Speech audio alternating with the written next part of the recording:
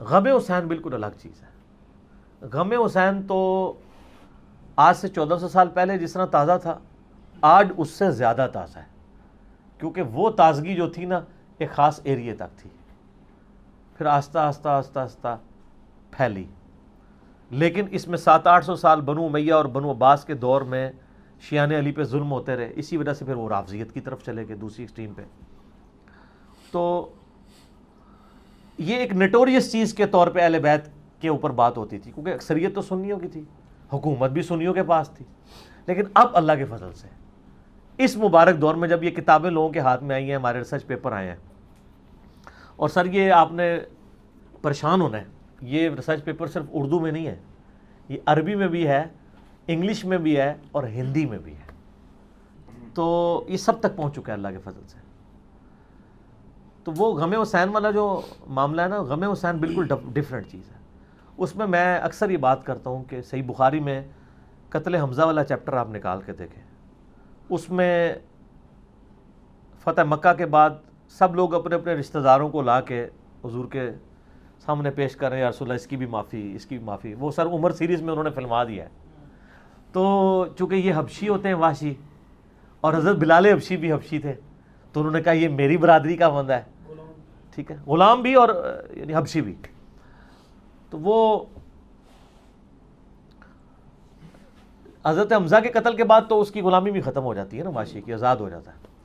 تو یہ وحشی تو بھاگ کے طائف چلا جاتا ہے کہ اب تو میں مارا گیا, کیونکہ میں نے تو نبی الاسلام کے لاڈلے ترین چچا کو بھی, اور وہ چچا جو دودھ شریک بھائی بھی تھا, اس کو قتل کیا ہوا ہے, اور ہم عمر بھی. تو حضرت بلال اس کو بال کس طریقے منواتے ہیں کہ بھی نبی الاسلام تو بڑی یعنی اللہ تعالیٰ نے ان کو ایک حوصلہ دیا ہے, معاف فرمانے والے, عفو و درگزر کرنے والے. تو وہ ان کو لے کے نا نبی الاسلام کی خدمت میں حاضر ہو جاتے ہیں, پیش کیا جاتا ہے.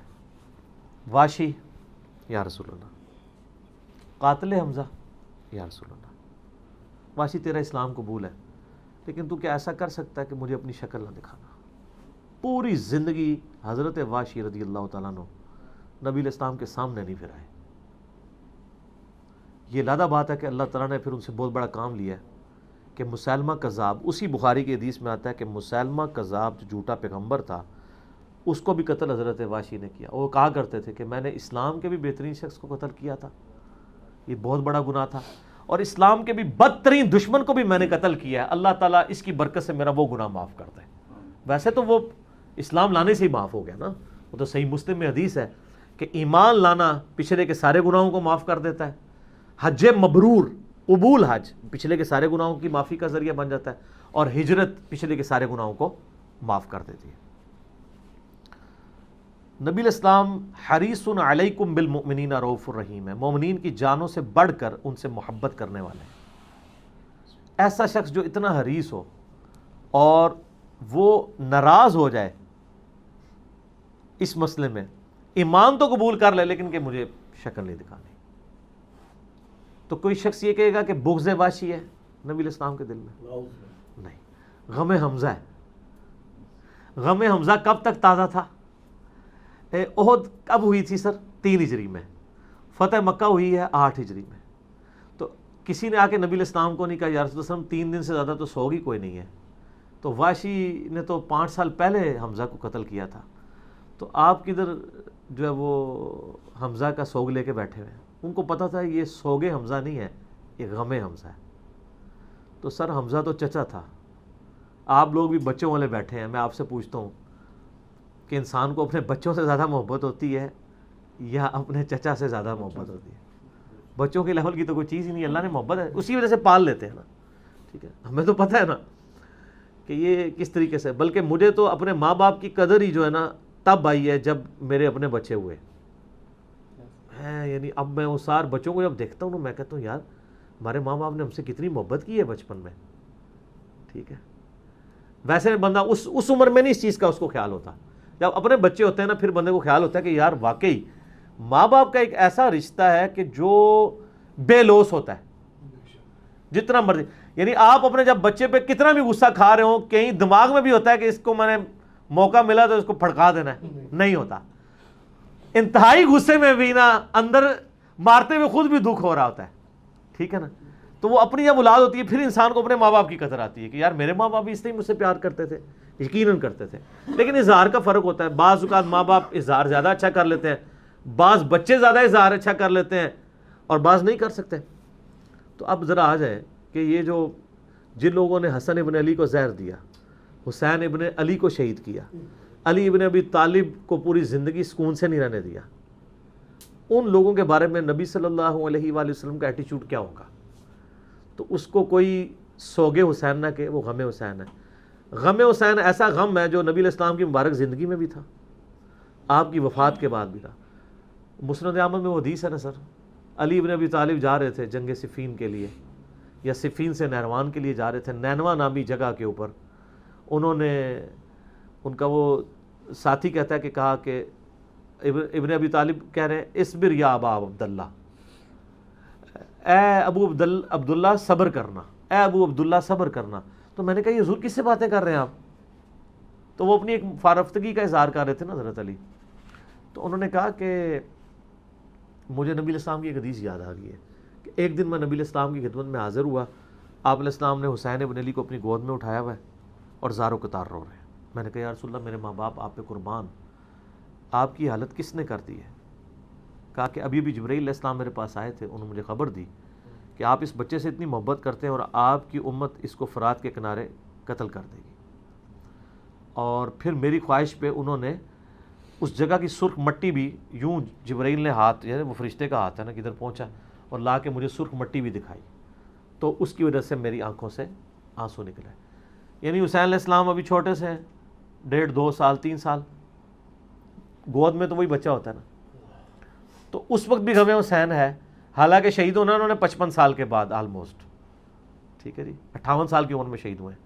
اچھا پھر جب شہادت ہوئی ہے، وہی مسند احمد میں حدیث موجود ہے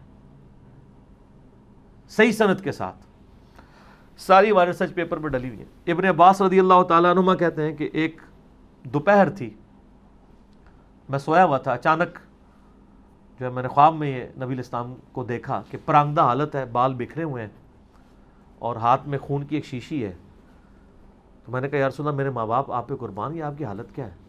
تو فرمایا یہ حسین اور اس کے ساتھیوں کا خون ہے جو میں صبح سے کربلا میں جمع کر رہا ہوں. یعنی ایک تمثیل تھی، یہ نہیں کہ نبی علیہ السلام فزیکلی وہاں موجود تھے.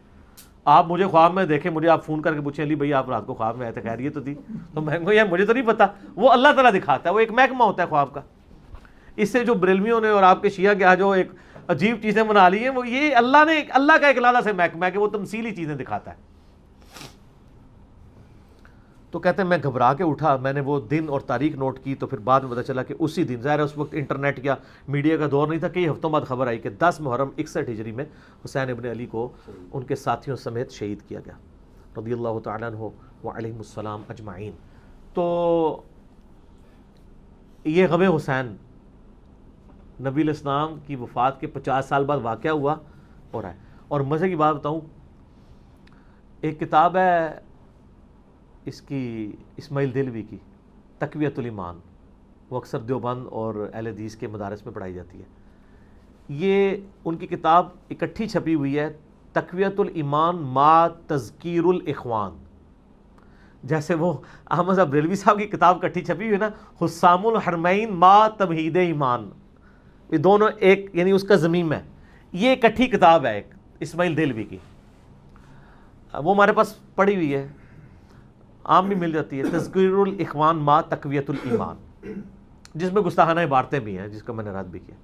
پر اس میں ایک مزے کی بات بتاؤں، اسماعیل دہلوی جو ہے نا، ایک تو حسین علیہ السلام کا جب بھی نام لکھتا ہے تو علیہ السلام لکھتا ہے. سر اہل حدیث اور دیوبندیوں کے بزرگ اسماعیل دہلوی صاحب حسین کو علیہ السلام لکھتے ہیں. نمبر 2، اس پوری کتاب میں جب بھی انہوں نے یزید کا نام لکھا ہے تو اکیلا نہیں لکھا، یزید پلید، یزید پلید، یزید پلید. تو یار اپنے بابا جی سے ہی پوچھ لیتے آپ، ٹھیک ہے. تو اچھا تیسری بات، یہ جو حدیث میں نے بتائی نا مسند احمد کی، اصبر یا ابا عبداللہ، جو حضرت نینوا کے مقام پہ، یہ حدیث لکھ کے، یہ والی حدیث نہیں، دوسری والی حدیث جو عباس ابن عبد المطلب، حضرت عبداللہ ابن عباس کو نبی علیہ السلام خواب میں خون کی شیشی والا، وہ والی حدیث لکھ کے نا، تو اسماعیل دہلوی صاحب لکھتے ہیں یہ حدیث اس پر گواہ ہے کہ نبی علیہ السلام جنت میں بھی اپنے بیٹے کے قتل کے اوپر غم زدہ ہے. یہ اللہ نے نبی علیہ السلام کی تمثیل امت تک ایک میسج پہنچایا ہے کہ نبی علیہ السلام کو اس چیز کا دکھ ہے. ظاہر نیچرل ہے یہ چیز, آپ کو تو زندگی میں بتا دی گئی تھی یہ بات, تو اس کو آپ سوگ حسین کے, غم حسین کے, وہ آپ کی مرضی. یہ سوگ نہیں ہے سر, یہ غم ہے. غم یہ تازہ ہی رہے گا.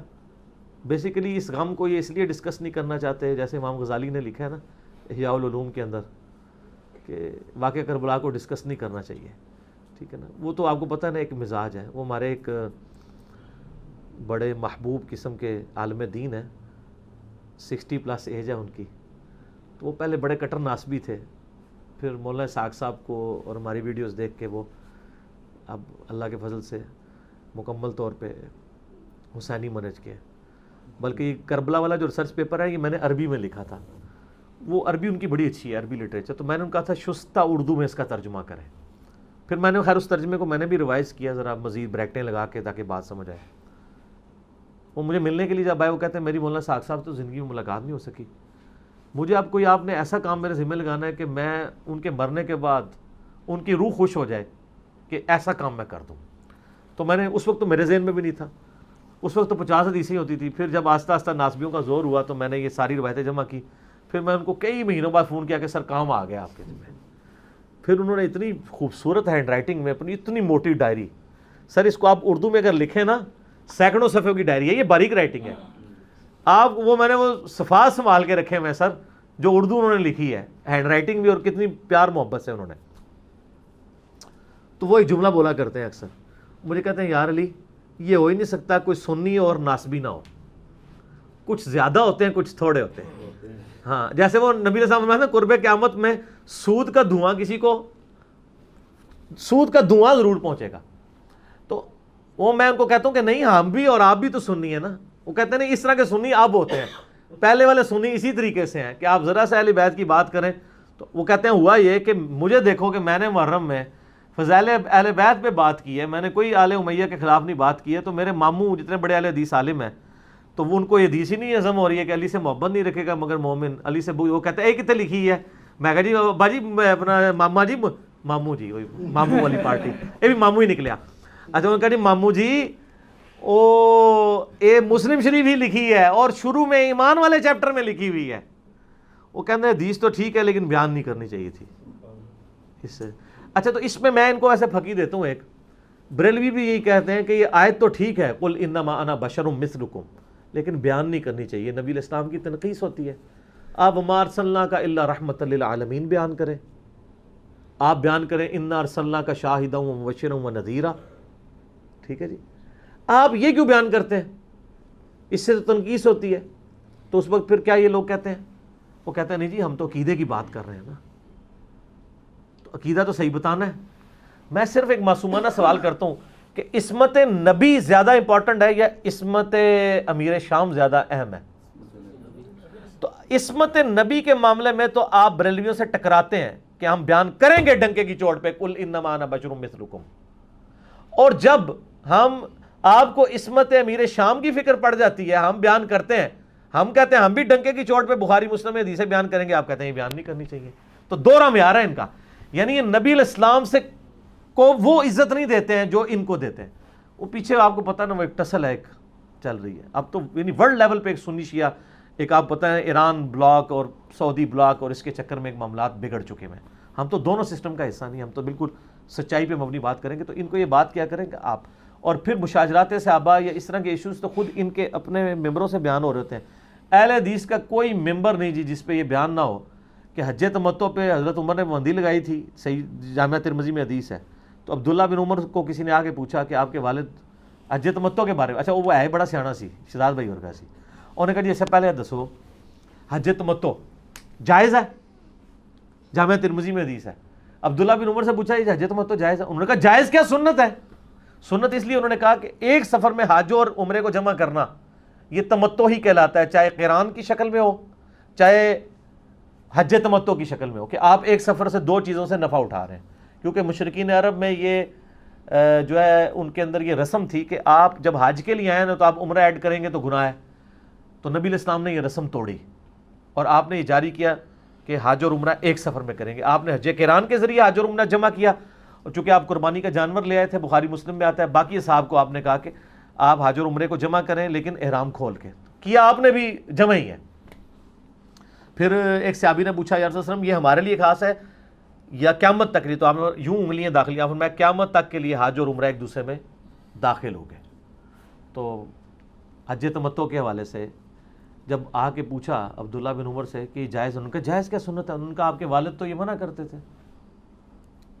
تو انہوں نے کہا یہ بتاؤ, جس چیز کو نبی علیہ السلام نے خود کیا ہو اور اپنے اصحاب کو حکم دیا ہو تو نبی علیہ السلام کی بات مانی جائے گی یا میرے باپ کی؟ تو انہوں نے کہا نبی علیہ السلام کی. تو انہوں نے کہا نبی علیہ السلام نے حج تمتع کیا, یعنی نفع اٹھایا ایک سفر میں دو چیزوں سے. تو یہ حدیث اہل حدیث بیان کر کے کہتے ہیں ہمیں آپ کوئی اماموں کے قول نہ بتائیں, حضرت عمر تو خلیفہ راشد ہیں, اگر ان کی بات بھی نبی علیہ السلام سے ٹکرا جائے تو ان کا بیٹا بھی ماننے کے لیے تیار نہیں ہے. تو یہ مشاجرات صحابہ نہیں ہوتے ہیں,